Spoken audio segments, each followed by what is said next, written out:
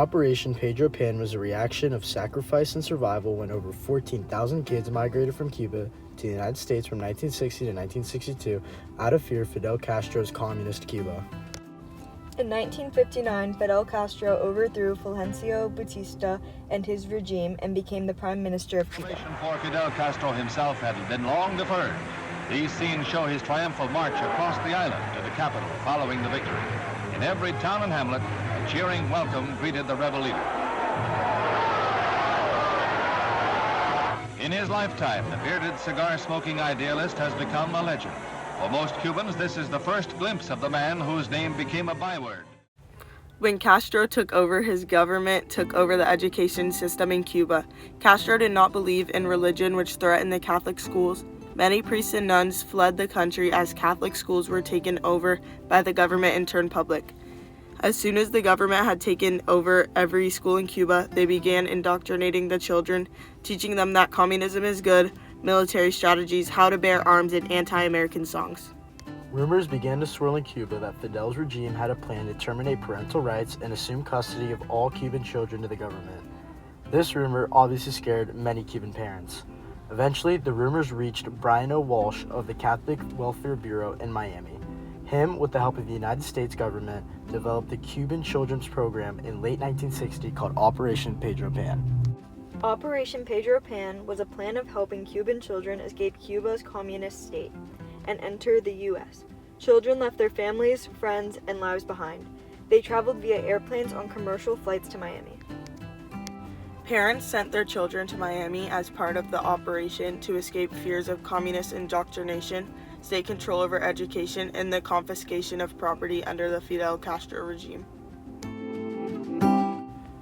Operation Pedro Pan had two parts involved: mass transportation of Cuban children via airplane to the United States, and the program set up for housing the children once they arrived. Parents bought commercial airline tickets from Cuba to Miami for $25. The first Operation Pedro Pan trip took flight in December 1961. Once the children reached the U.S., they would either be sent to live with relatives in the U.S., temporary camps, foster homes, orphanages, or special group homes. 6,500 Cuban students were enrolled in schools in Miami and the surrounding areas by January 1961. That number increased to 14,000 by September 1962. The Cuban Children's Program continued to expand and become more complicated due to federally supported foster care and a lack of restrictions on the number of admissions. Operation Pedro Pan continued even after the U.S. Embassy in Cuba closed in January 1961. Children received waivers in the form of straightforward letters signed by Father Brian Walsh, which essentially allowed them entry into the nation as former visas. President Robert F. Kennedy and the U.S. government paid for flights as an extra incentive, and airlines were directed to recognize these letters as legitimate documentation. Leaving Cuba at the time was a very difficult thing to do. Parents would have to get permission from the government to travel, and they would have to go through a lot of paperwork. On top of that, they could only bring 3 articles of clothing, a small carry-on bag, and they did not bring any personal belongings. The State Department started permitting Cuban child refugees to request visa waivers on their parents' behalf in September of 1962.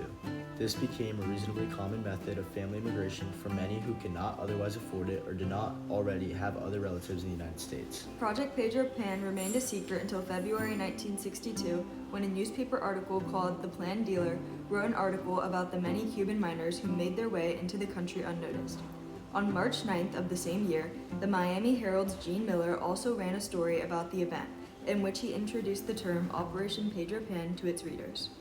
The American portion of Operation Pedro Pan ended when all air traffic between the United States and Cuba ceased in the aftermath of the Cuban Missile Crisis in October of 1962. Well, it seems to me he's sort of taking a bit of a chance.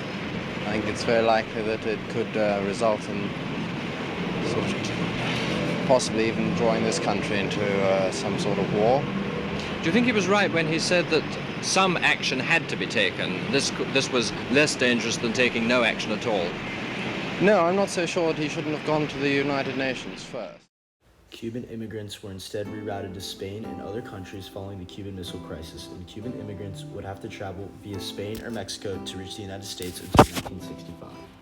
Many children involved in Operation Pedro Pan were separated from their parents and families for multiple years.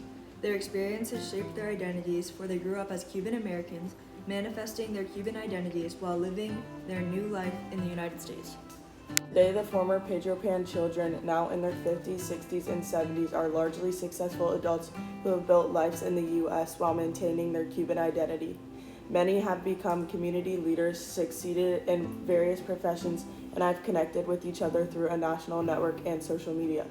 The group also actively preserves its history and supports current refugee children through organizations like the Operation Pedro Pan group. Operation Pedro Pan was a reaction from the Catholic Church and U.S. government of Fidel Castro's communism, indoctrination, and beliefs.